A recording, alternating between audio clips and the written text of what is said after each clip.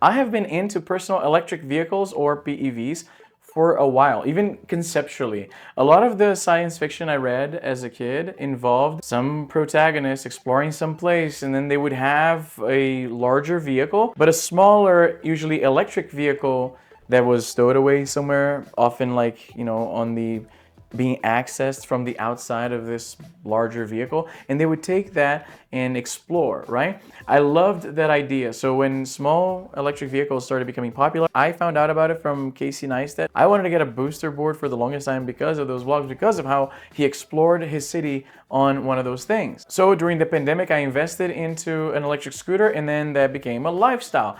Most of my friends in the last like 4 years or so, I met like just randomly bumping into people, introducing yourself, asking about their vehicle. Now, before you know it, you're buddies. And I have a large community of friends that we all kind of, you know, met because of the shared interest in personal urban mobility. These are some of my best friends, and I just came home from a training session. These guys, they put together training sessions for people who are interested in joining the community. And the vehicle that I was trying out today was an EUC, or an electric unicycle. The EUCs seem to be the future of this hobby. It's very portable, which is really important for me. I'll tell you why in a moment. And it's also the most vibrant community at the time. It seems like the most chatter, the most new products, the innovation, the most features, the most options, that's where you will find them. It is just objectively cool, right? Too, like, the electric bikes are fun. Mine is right here. I got that for a review as well. I'm super behind on it, but it's coming. I swear to God, it is coming this time.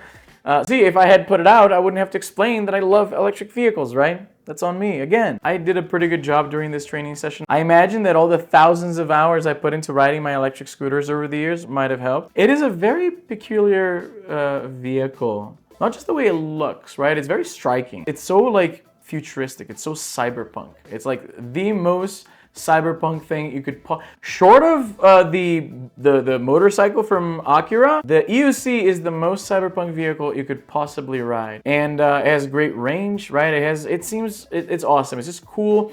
Remember I said about the portability thing? I did mention that I would like to eventually go back to creating travel content.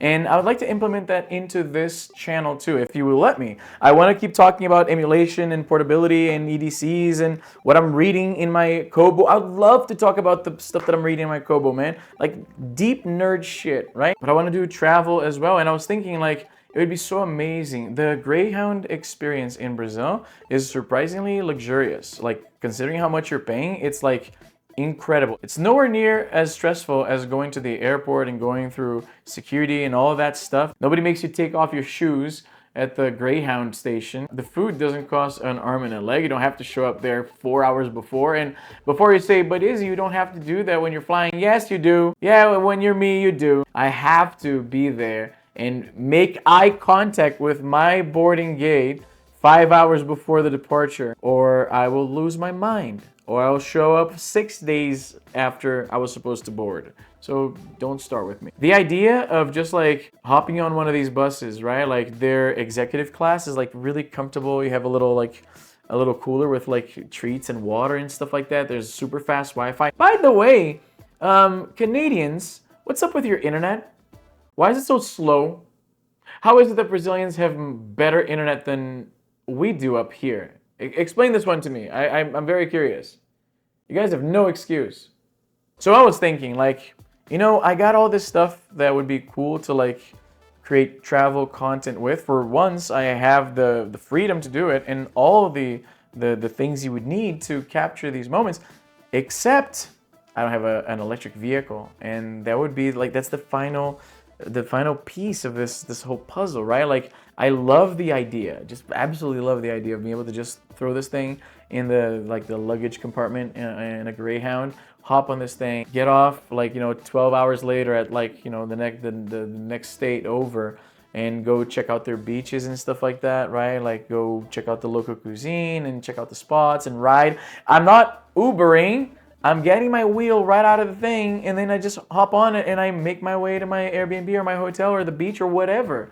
I love this idea, man, so much. Plus, again, it's a very social way to get around because you make friends with this thing, and definitely with the community. If you see another guy riding, or at least I'm not sure if everybody is as social as me, and I'm not sure if I'm annoying everybody else. I made a lot of friends this way, so it seems to be working because I will approach you. My dude, if you're within earshot of me and you're riding an electric vehicle, even if it's not something I ride, I will ask you questions. I'll see if you're like a cool guy, maybe, yo, just so you know, I ride with a bunch of people. They're pretty cool. You might want to check out. That's how I made my entire group of friends, and I love them. So yeah, that's another way an electric vehicle will change your mind, and I need an EUC now.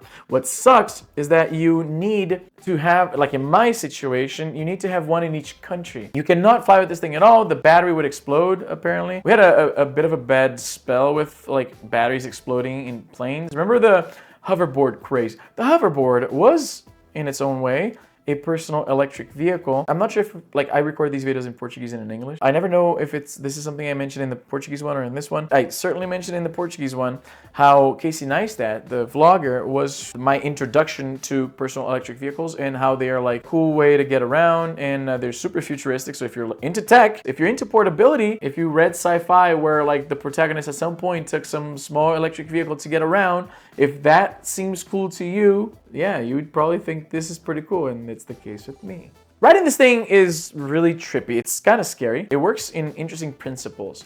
So when you lean forward on this thing, and that was the first thing I asked, I was wondering if I could just like do like a gas pedal kind of motion with my ankles, and they're like, no, you gotta really lean forward. That's how the physics work, right? You're gonna be going fast, so the leaning forward prevents you from just, you know, inertia knocking you back on your ass if you're standing up straight and you start going fast. So yeah, okay, so I got it. There is a natural desire to kind of like want to slow down at times when it feels like it's going too fast, but you have to do it with care. You're not supposed to like brake suddenly on this thing. More skilled riders can do things like that, you know, respond faster in more difficult, more challenging situations. But for a beginner, you want to like always like kind of ease into the acceleration and ease into the deceleration, right? So yeah, it was kind of scary. It's like a bike. If you start going too slow, that's when you get the wobbles, that's when you become unstable. So almost paradoxically, in order to become, you know, like a safe riding situation again, you got to go faster so that your bike kind of rights itself up again.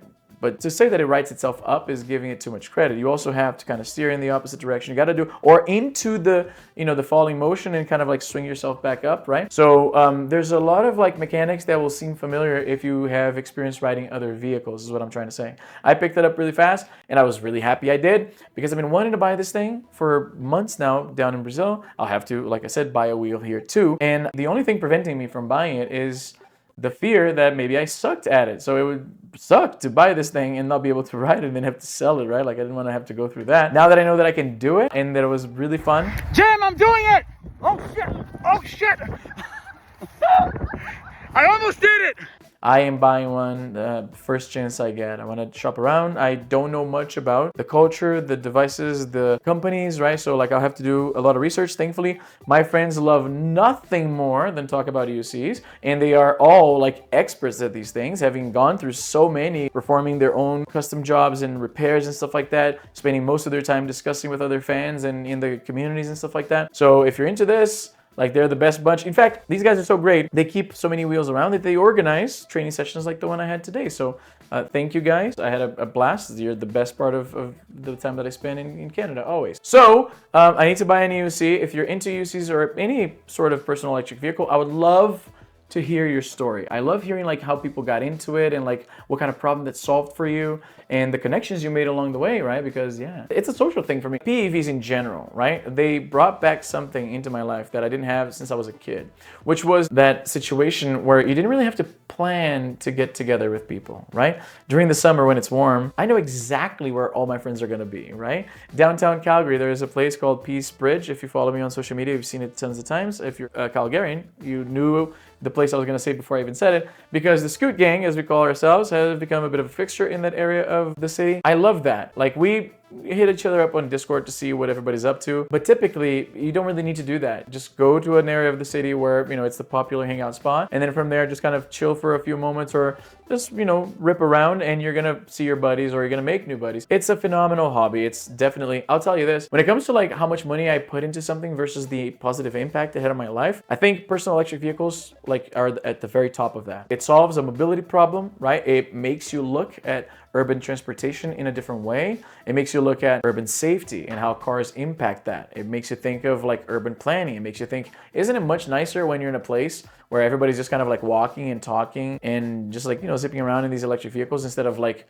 highways, right? It got me into like, I become radicalized against cars. This is what I'm trying to break the news easily, but no, screw that, screw cars. I love electric vehicles. I love personal electric vehicles. And yes, I know what you're going to say about the batteries and they're killing the planet too. I get it. We can't have it all, right? This thing couldn't be perfect. Of course not. But it's like a little bit better than a hunk of metal, 2 tons of metal moving towards your kid at 80 miles an hour, right? Not the best way to get like one person from point A to point B, right? I'm not saying anything because I've been called a leftist cuck from one of my videos, which is weird. Because like I don't think I said anything particularly leftist cuckish.